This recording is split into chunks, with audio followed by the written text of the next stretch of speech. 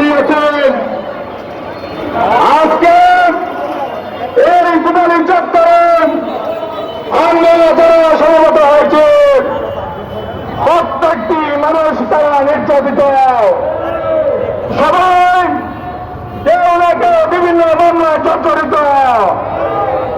এখানে যারা উপস্থিত হয়েছেন সবাই যারা জুলুম ভুলিয়ে কেটেছেন।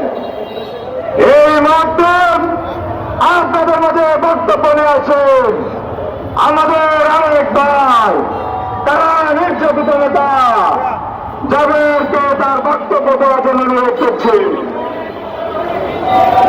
বিসমিল্লাহির রহমানির রহিম। প্রিয় সাথী ভাইরা আমার, আজকে আমরা আপনাদের সামনে উপস্থিত হয়েছি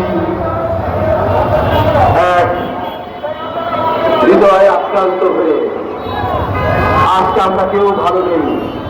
এই কুমিল্লা ৬ আসনের মানুষ যার হাত ধরে আজ ৭০টি বছর দিলে দিলে দিলে দিলে দিলে দিলে আজকে এই পর্যন্ত আসলে ১৭ বছরের ইতিহাস সংক্ষিপ্ত বলা সম্ভব না।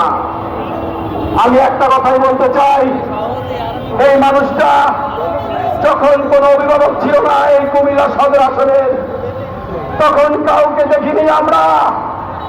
একে একে একে একে একে একে অ্যারেস্ট হচ্ছে।